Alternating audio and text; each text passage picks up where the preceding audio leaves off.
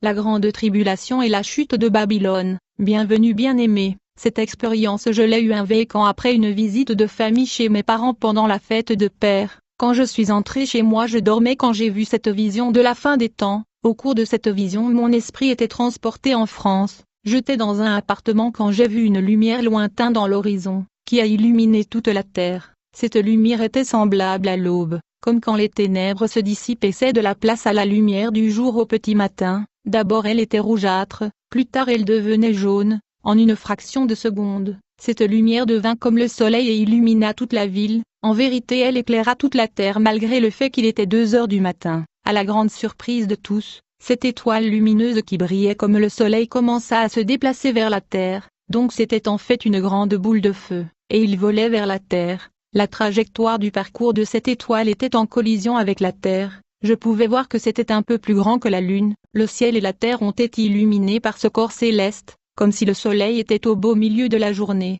Cette étoile céleste est entrée dans l'atmosphère terrestre à travers l'Italie. Elle a commencé par brûler le nord de l'Italie, puis elle brûla toute la partie nord-ouest de la France où je me trouvais dans cette vision. Enfin elle acheva sa course au nord de l'Angleterre. Cette étoile avait fait impact sur la Grande-Bretagne. L'impact était si grand que les régions autour de l'Irlande et la Norvège étaient touchées. Je voyais comment le pôle Nord était impacté par la même explosion. Depuis l'atmosphère je pouvais voir la trajectoire de cette étoile brûlante. Parce que je regardais la Terre depuis l'espace, je pouvais voir avec précision ce qui s'était passé. J'ai vu une ligne noire sur la carte de l'Europe où ce corps lumineux avait tout brûlé sur son passage. Mais j'ai aussi vu comment le pôle Nord a fondi. Et j'ai vu qu'il y avait de grands feux à travers le continent européen provoqués par tout ce qui avait été brûlé par cette étoile. Comme résultat l'océan et le niveau de la mer augmentaient, par conséquent les villes et le pays côtier étaient inondés, et l'eau était devenue absinthe ou amère. Parce que cette météorite était appelée Wormwood qui signifie amère, le Seigneur m'a fait savoir que l'Europe a été frappée par cette étoile parce qu'ils ont remis leur couronne à l'Antéchrist. Ils se sont délibérément soumis au fils de la perdition. Quand le Seigneur m'a apparu dans cette vision de la grande tribulation, il était en forme d'un ancien, qui avait des yeux comme un jeune homme et des cheveux blancs comme de la neige. Je ne pouvais pas savoir que cet ancien était Dieu lui-même, mais il semblait avoir des réponses à toutes mes questions. Dans cette vision apocalyptique, j'ai vu les chrétiens subir des traitements similaires à la torture du Moyen-Âge ou de l'Inquisition médiévale. Ils avaient les yeux arrachés de leurs douilles, ils avaient leurs cheveux arrachés de la tête, leurs ongles arrachés de leurs doigts, parce qu'ils refusaient la marque de la bête. La population mondiale qui était marquée de la marque avait perdu leur humanité, ils étaient vidés de leur humanité. Les gens étaient sans âme, se comportant comme hypnotisés et diabolisés. Dans cette vision je voyais l'Antichrist sur la chaîne CNN en train de défendre l'homosexualité. Il ensorcelait et contrôlait la population mondiale avec son discours. Plus tard,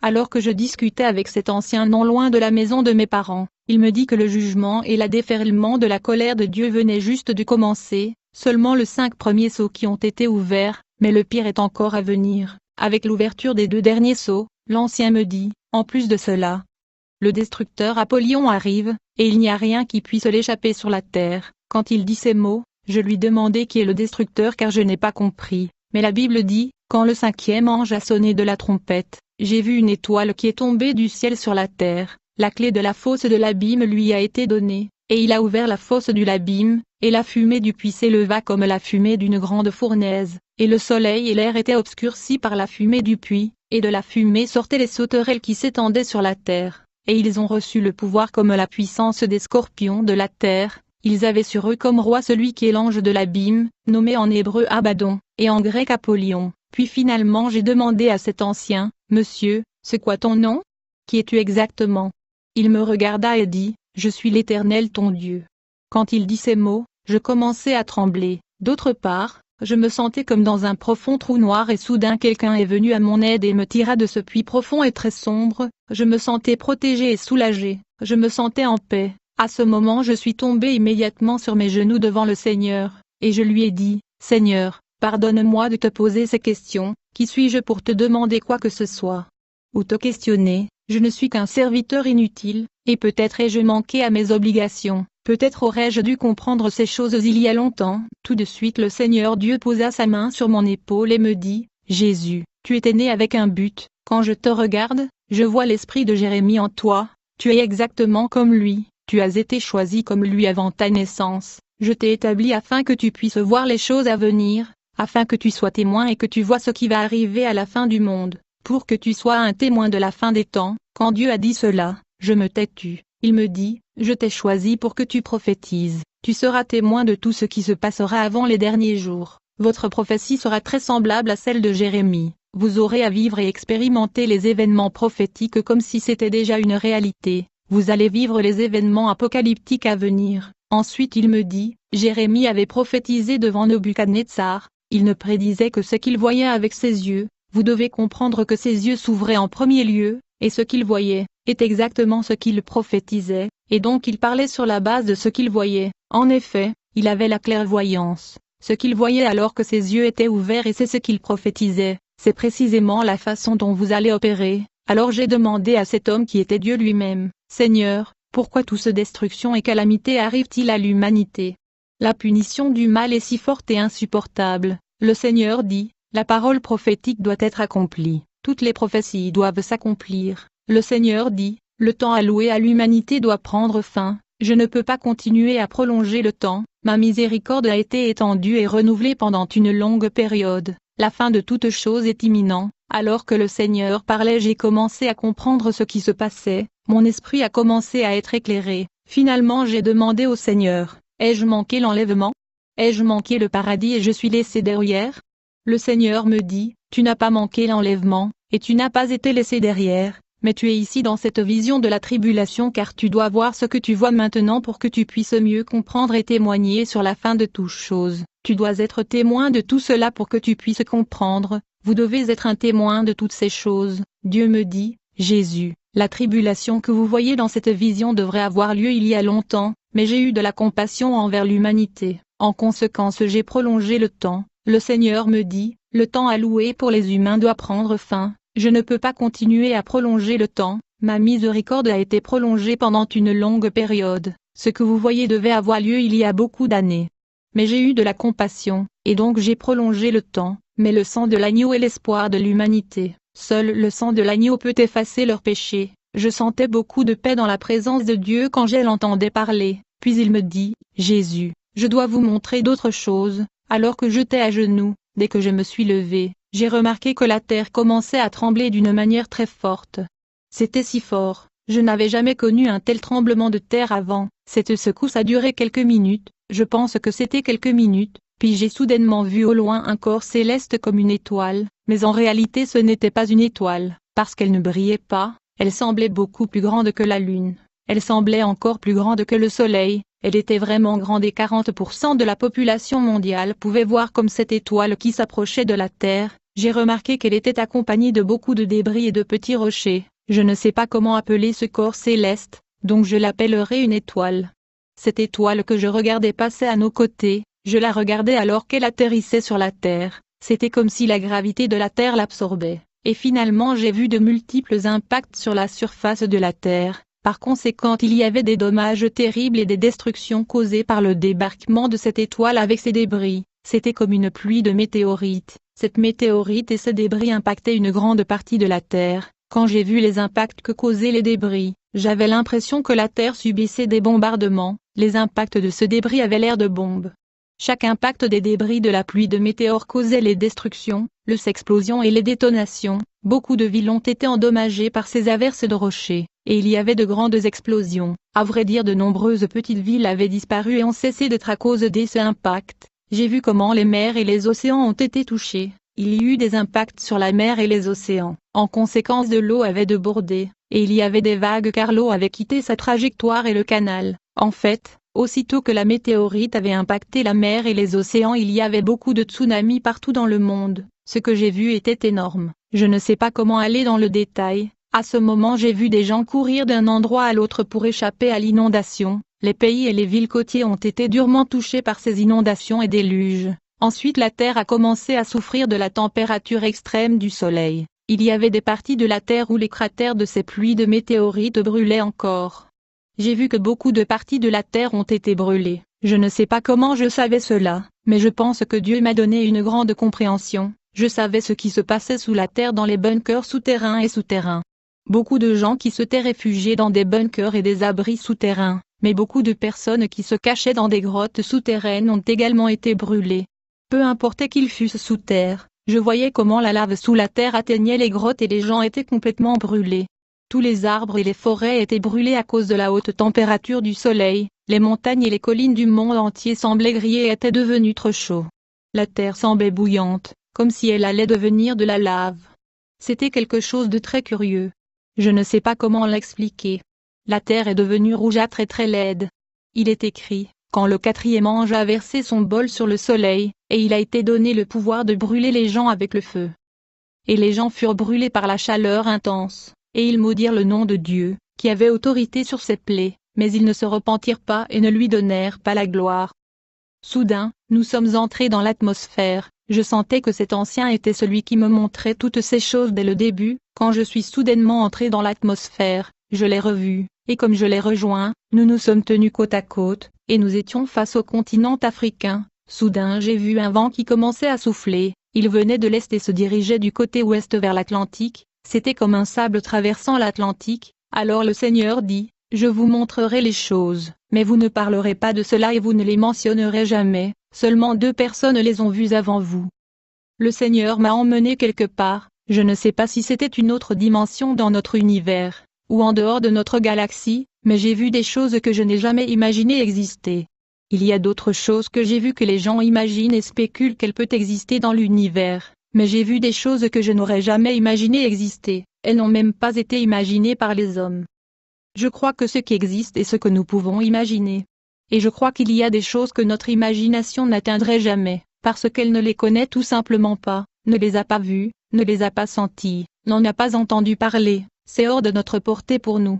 Quand j'ai vu ces choses, la perspective que j'avais en tant que personne avait changé, quelque chose en moi a changé, j'ai senti que je comprenais maintenant beaucoup de choses que je ne pouvais pas, c'est comme si le Seigneur était venu me donner la sagesse, il m'a dit, c'est un mystère que vous allez garder pour vous-même, c'est un mystère, seulement 2 personnes étaient ici avant vous, et maintenant c'est vous. Soudain, nous étions de retour dans l'atmosphère, mais maintenant nous étions au-dessus d'Israël dans l'atmosphère. Je commençais à voir qu'il y avait beaucoup de désordre, il y avait beaucoup de désordre sur la terre, je pouvais l'entendre et le voir même si j'étais dans l'atmosphère, alors que nous observions le turbulence sur la terre, le Seigneur me dit, nous devons voyager dans le temps, parce que quelque chose s'est passé il y a quelques années, je veux que tu le vois, puis nous avons voyagé dans le temps, quand nous sommes revenus dans le temps, à ce moment j'ai vu des hommes se lever de leur trône, ils étaient grands. Mon estimation est qu'il était le double ou le triple de la taille d'un être humain normal. C'étaient des anges, et ils tenaient dans leurs mains le chauffard, c'était une comme de cornes de bélier, si longue.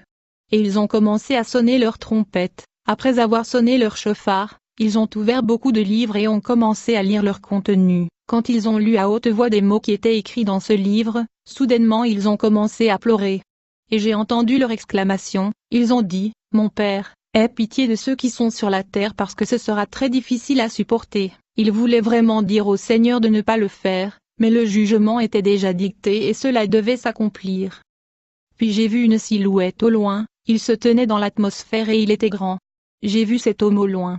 Si vous voyez quelque chose de grand dans l'atmosphère, cela signifie que c'est vraiment grand, parce que dans l'atmosphère tout ce qui est sur la terre est petit. En fait, quand je regarde mon corps sur la terre depuis l'atmosphère, c'est vraiment un petit point. Cette silhouette qui se tenait les bras tendus dans l'atmosphère, j'avais l'impression que c'était le Seigneur Jésus. J'ai vu qu'il avait un chauffard, et il a sonné la trompette. En conséquence j'ai vu 2 dames qui dialoguaient sur la terre dans une maison, et soudainement l'un d'entre eux a commencé à se lever dans l'espace et à franchir le plafond. Elle s'est levée à toute vitesse dans le cerf. J'ai vu que la dame était instantanément vêtue d'une robe blanche pure. Elle montait dans l'air et elle était remplie de joie. Les gens qui étaient enlevés dans l'espace rejoignaient l'homme qui sonnait la trompette dans l'espace. Je voyais de petits enfants à l'école. Au son de la trompette, ils s'étaient immédiatement arrachés de cette salle de classe. Ils ont été enlevés et ont rejoint l'homme qui sonnait la trompette dans les airs, et j'ai vu des gens que je connaissais qui étaient dévoués pour le Seigneur. Je les voyais monter, en les voyant j'ai vu que les efforts de leur travail avaient payé. La Bible dit, car le Seigneur lui-même descendra du ciel avec un grand commandement, avec la voix d'un archange, et avec le son de la trompette, et les morts en Christ seront les premiers à se lever. après que nous qui sommes vivants et restons serons enlevés ensemble avec eux dans les nuages pour rencontrer le Seigneur dans les airs. Quand tout cela se passait, quelque chose avait attiré mon attention sur la personne qui était dans l'espace. Je savais que c'était le Seigneur Jésus à l'avance, mais la personne qui est venue avec moi était le Père. Il me confirma que c'était Jésus-Christ. Je regardais le visage de Jésus, je m'attendais à voir Jésus dans le sourire parce qu'il est venu pour son peuple. Toute la multitude de gens qui se levaient dans les airs avaient un grand sourire et ils le rejoignaient et lui souriaient. Mais quand je lui regardais et remarquais qu'il était triste, et il y avait des larmes dans ses yeux, je me demandais pourquoi il pleurait. Le Père qui était derrière moi me dit, il pleure pour des gens qui ne peuvent pas être enlevés. Le Seigneur pleurait pour des milliers de ses enfants qui avaient raté l'enlèvement. Je les rejoins dans le deuil pour ceux qui sont restés, puis j'ai vu le Père pleurer avec lui. Combien miséricordieux notre Seigneur est, même à ce moment où il sait que ces gens qui sont laissés derrière l'avaient rejeté et trahi, ils ont été laissés derrière parce qu'ils l'ont rejeté et embrassé le monde, ils ont piétiné son nom et sa grâce, mais il voulait quand même les pardonner. J'ai vu Jésus-Christ lever les yeux et la tête, et il regardait vers le haut. J'ai regardé le Père qui était à mon côté et je lui ai dit, je peux entendre ce que Jésus dit, mon Père pardonnez-les, aie pitié, et j'ai entendu le Père dire, ce qui est écrit doit arriver, le temps qui est alloué à l'humanité est fini, comme dans le passé, il est fini comme dans le passé. Quand il a dit cela, j'ai vu le Seigneur qui pleurait pour le sort de ceux qui sont restés.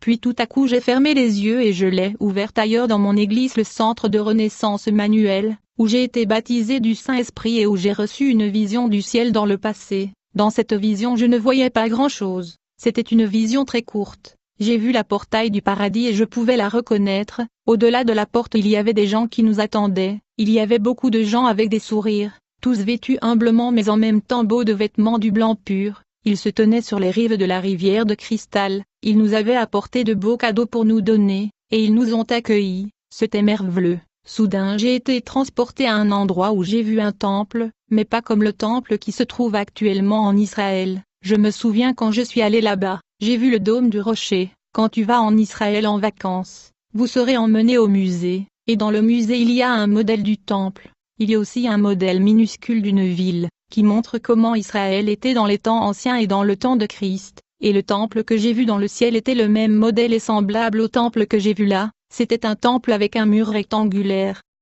Dans le royaume des cieux, j'ai vu la porte du temple céleste, où vous pouviez entrer et avoir accès. Tout en observant ce tabernacle céleste, j'ai vu un trône à côté de la porte du temple, où était assis le Seigneur Jésus-Christ. Ce n'était plus Christ qui pleurait comme je l'ai vu dans l'enlèvement, mais il souriait, il était habillé très joliment. Comme la porte du temple était ouverte, j'ai regardé derrière lui, il y avait une vue panoramique de la partie intérieure du temple, je pouvais voir qu'il y avait un feu qui brûlait comme un flambeau et montait dans le ciel, c'était un feu qui s'embrasait, mais au milieu de ce feu était l'arche de l'Alliance, et elle tournait d'un endroit à l'autre, comme si elle faisait un cercle. Un peu plus loin dans la cour intérieure il y avait un autre trône, et il y avait l'ancien que j'ai vu à l'extérieur de la maison de mes parents, qui était Dieu le Père. Une fois que j'entre dans le temple, je me suis approché du trône de Dieu, et j'ai commencé à pleurer. Il me dit, tu dois profiter de la présence de l'agneau, profiter de la présence de celui qui est l'agneau, vous avez tout ce que vous avez voulu, réjouissez-vous ici. Et quand il dit ces choses, j'ai commencé à courir dans la joie dans la cour du temple. L'atmosphère dans le temple céleste était si délicieuse, il n'y avait pas de chaleur, c'était un climat parfait, ni froid ni chaud. Il y avait cet ancien qui m'avait accompagné dans mes visions qui était Dieu lui-même, et j'ai vu que toute la multitude qui entrait dans le temple est tombée devant lui et disait, au Père et à l'agneau qui a été immolé, la gloire et la louange pour le siècle de siècles. Quand ces gens adoraient l'agneau et glorifiaient le Père sur le trône, il y avait de la musique et de la danse dans le temple, et les gens commençaient à danser, et nous commencions à nous amuser, c'était comme si nous étions à une fête, comme nous célébrions tous. Là-haut dans le tabernacle céleste, j'ai vu le Christ, qui était encore assis sur son trône applaudir, il applaudissait pour les rachetés qui dansaient, nous étions heureux dans la danse, dans la joie et dans la louange au Seigneur. Puis soudainement, je vois le Seigneur Jésus se lever de son trône, mais quand il se leva, je remarquai qu'il avait une couronne sur lui, il était vêtu de blanc, mais avec un manteau rouge autour de lui, je vis une large ceinture d'or pur, autour de sa hanche bien attachée, et il y avait une inscription sur sa hanche, j'imagine et je crois que ce sont les mêmes lettres dont Jean a fait mention, qui dit, Roi des rois et Seigneur des seigneurs. Quand le Seigneur se leva de son trône, je me suis mis immédiatement au premier plan, pour voir ce qui allait se passer, car il y avait tellement d'agitation. En effet, quand le Seigneur se leva, son apparence a changé, son vêtement a également changé, il a immédiatement dit, « Il est temps, nous devons descendre, nous devons mettre l'ordre sur terre. » Il dit à la multitude de saints, « Tous ceux qui souhaitent venir, vous pouvez le faire, ceux qui ne peuvent pas peuvent rester ici. » Je me souviens avoir vu la multitude des anges célestes et le chrétien qui avait vaincu, grimpant sur des sortes de véhicules célestes, mais ce n'étaient pas des voitures, c'étaient des chars et des chevaux. Je me souviens qu'ils montaient dans une sorte de voiture avec des chevaux, mais ce n'étaient pas de voitures comme celles que nous avons ici sur Terre.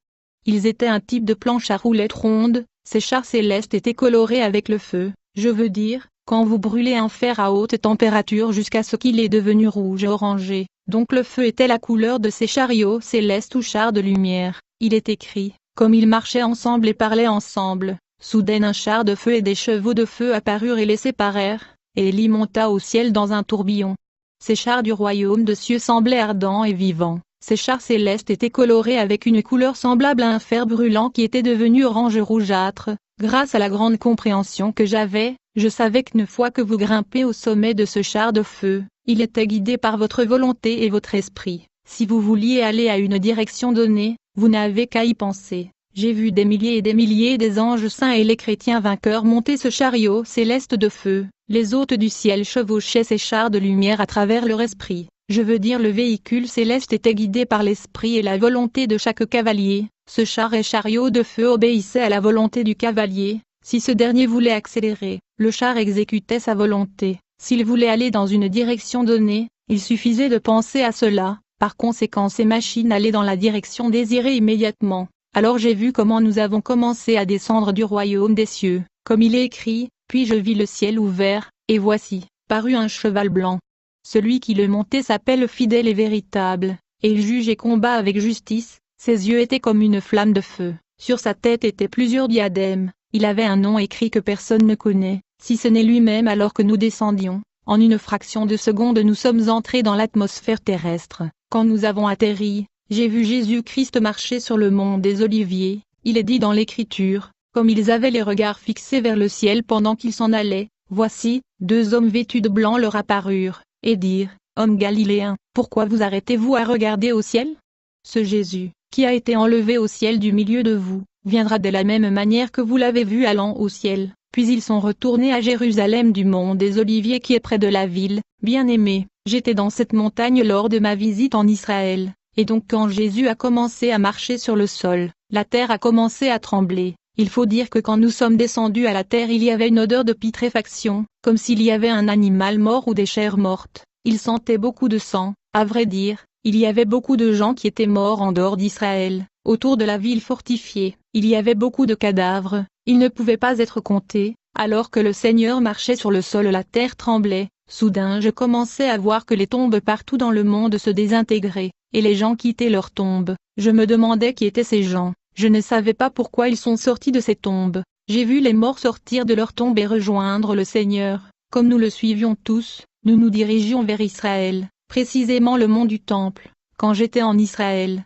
je remarquais que lorsque vous entrez dans le dôme, il y a une porte qui est scellée, qui est la porte qui est juste en face de la montagne. On croit que lorsque le Messie viendra, lui seul sera en mesure de entrer. Bien sûr, il n'y a pas de barrière pour le Christ. De l'endroit où la porte était jusqu'à l'endroit où se trouvait le mont des Oliviers, il y a une petite vallée. Une petite vallée où poussaient des oliveraies, et il y avait beaucoup d'herbes qui poussaient là. Comme j'observais le Seigneur descendant avec la multitude, dès que le Seigneur se mit à marcher sur le sol, la terre tremblait. À ce moment j'ai vu l'Antéchrist debout sur cette petite vallée. Chaque pas du Seigneur sur cette terre était accompagné de tremblements de terre et de secousses. Tandis que le Seigneur avançait vers le dôme, l'Antéchrist se tenait là dans la vallée. Le fils de la perdition qui se tenait sur la vallée était accompagné d'une autre entité, qui était un être très différent. Cette entité debout à côté de l'Antéchrist était un être d'une puissance immense, mais pas comme celui de Dieu, parce que Dieu respire la paix, la tranquillité. Ceci était l'époque la plus horrible pour l'humanité. Il y avait de l'agitation partout, je ne pouvais pas comprendre ce qui se passait, je ne pouvais pas savoir d'où venaient les deux entités horribles, et ce qu'elles faisaient là dans la vallée. Ils étaient débordés quand ils ont vu Jésus-Christ, ils étaient impuissants et désespérés. J'ai vu le Seigneur Jésus-Christ marcher et il s'est tenu devant la porte du dôme. Je regardais la porte qui s'effondra devant le Seigneur, et l'agneau de Dieu est passé. Il a continué à marcher sur le chemin du dôme. Quand j'ai vu ces choses, j'ai commencé à remercier Dieu, parce que le temple était déjà récupéré. Mais j'ai également remercié Dieu parce que Jésus-Christ était sur la terre pour rétablir l'ordre. Puis soudainement, j'ai vu une entité forte descendre d'en haut. Il était un ange de puissance. Au moment où cet ange puissant descendait, j'ai vu celui qui était avec l'Antéchrist. Ce puissant ange qui était à côté de l'Antéchrist se mit à changer son apparence. Il n'était plus inspiré par la peur, non. Il est devenu comme un ange de lumière. Son vêtement a commencé à briller aussi fort que le soleil. Cet ange a commencé à générer une lumière intense et brillante, et j'ai remarqué que ses cheveux changeaient de façon spectaculaire. Il était doré ou blond à voir. Cet ange debout près de l'Antichrist était vraiment une belle créature. Il était beau, il était très beau et il avait l'air masculin. C'est pourquoi j'ai dit homme. Eh bien, je ne sais pas vraiment qui il était, mais de par sa beauté il se pourrait qu'il soit confondu avec une femme, mais je savais qu'il représentait le diable. Du coup, j'ai vu l'ange puissant qui descendait du ciel se jeter sur cet ange brillant et l'Antéchrist. Il était un ange très fort, car il était assez fort pour maîtriser l'Antéchrist et cette entité qui était l'archange Lucifer, et il le maîtrisa et se mit à les enchaîner. Il enchaîna cet ange brillant qui était le diable, et je l'ai vu le ligoter avec une corde, dont il l'a attaché 7 fois autour de la hanche. Il a finalement mis un cadenas en or, sur lequel il y avait une inscription en langue angélique, mais j'ai compris la signification de l'inscription sur le cadenas, qui dit déception interdite, tandis que le puissant ange maîtrisait le fils de Satan et le diable lui-même. Le diable et l'Antéchrist ne pouvaient pas bouger car ils étaient enchaînés. L'ange puissant le défendit de tromper le monde, puis il les précipita dans la fosse. L'Antichrist est tombé avec le diable dans le profondeur. Notez que l'Antichrist est tombé dans le lac de feu. Il n'est pas tombé dans la fosse sans fond afin d'attendre le jugement. Il est écrit, j'ai vu un ange descendant du ciel avec la clé de l'abîme, tenant dans sa main une grande chaîne. Il saisit le dragon, l'ancien serpent qui est le diable et Satan, et le lia pour 1000 ans, et il le jeta dans l'abîme. Il l'a fermé et l'a scellé sur lui, afin qu'il ne puisse tromper les nations jusqu'à ce que les 1000 ans soient terminés. Après cela, il doit être libéré pour une courte période de temps. Aussitôt, je voyais comment le temple céleste descendait d'en haut.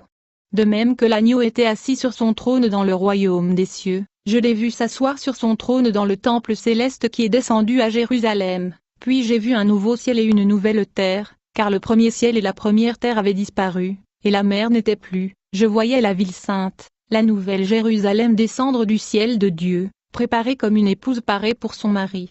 Et j'entendis du trône une forte voix qui disait, « Voici, la demeure de Dieu est avec les hommes, et il vivra avec eux. Ils seront son peuple, et Dieu lui-même sera avec eux comme leur Dieu, bien-aimé. » J'ai vu tous ceux qui venaient rendre visite au trône de l'agneau afin de lui rendre hommage et louange. J'ai vu la terre en pleine régénération, la paix était de retour, et l'agneau régnait depuis Jérusalem, et tout était en ordre, quand le Seigneur était assis sur son trône. Les catastrophes naturelles avaient cessé. J'ai vu à quel point la terre était transformée en des paysages verdoyants. J'ai vu comment toutes les traces laissées par la météorite et les étoiles qui tombaient avaient disparu, toutes les destructions de météorites avaient disparu, la terre était complètement reconstruite, les ressources naturelles semblent déjà restaurées, c'était un miracle de Dieu. Quand l'agneau a commen